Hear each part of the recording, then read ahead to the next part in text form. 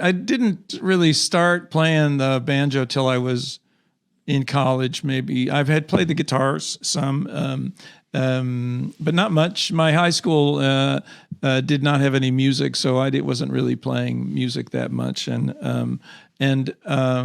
But I really liked the guitar, and I liked playing the things that I could do.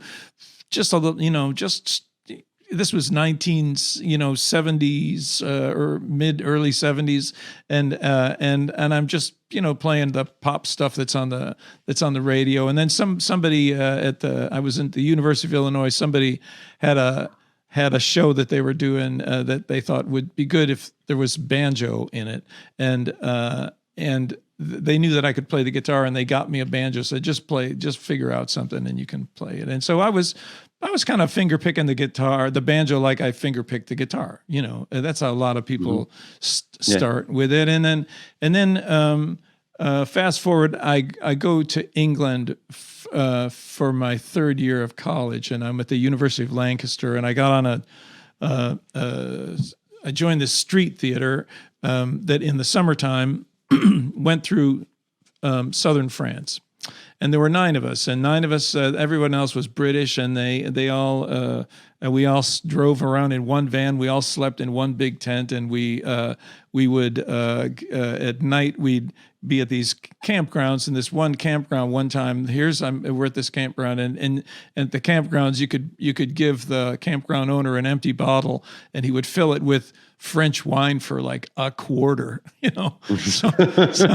So you're basically poor college students, and this was like, no, this is a good thing. So it's one of these nights here we're playing, and it's probably 11 o'clock at night or something, and we're drinking this 25-cent a bottle of wine, and next to our giant 9-person tent, there's some guy who put up this little tiny 2-person tent, and we're all hanging around the fire. We're singing folk songs or whatever, and there's the guy in the little 2-person tent. He opens the doors like one of those scenes from Rowan and Martin or Laughing or something.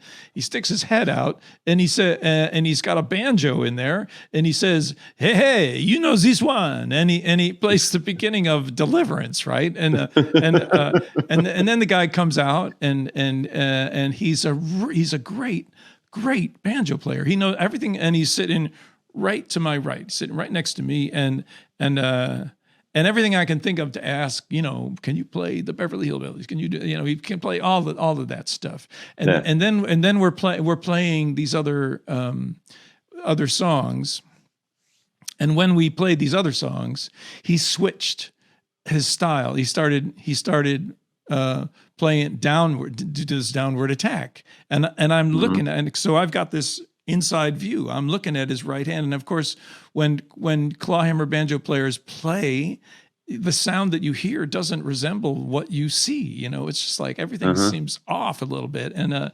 I said to him, "What are you doing?" And he said, "Eat is frailing." And I was like, I don't know how much of the 25-cent wine that I had at that point, but I was just enchanted by that sound. And so, and about a week or two later, that my year was over, and I was back in Urbana, Illinois, and I had decided I had to remember that word frailing, and I bought a book about how to frail the banjo, and I taught myself to play, and that was how I began.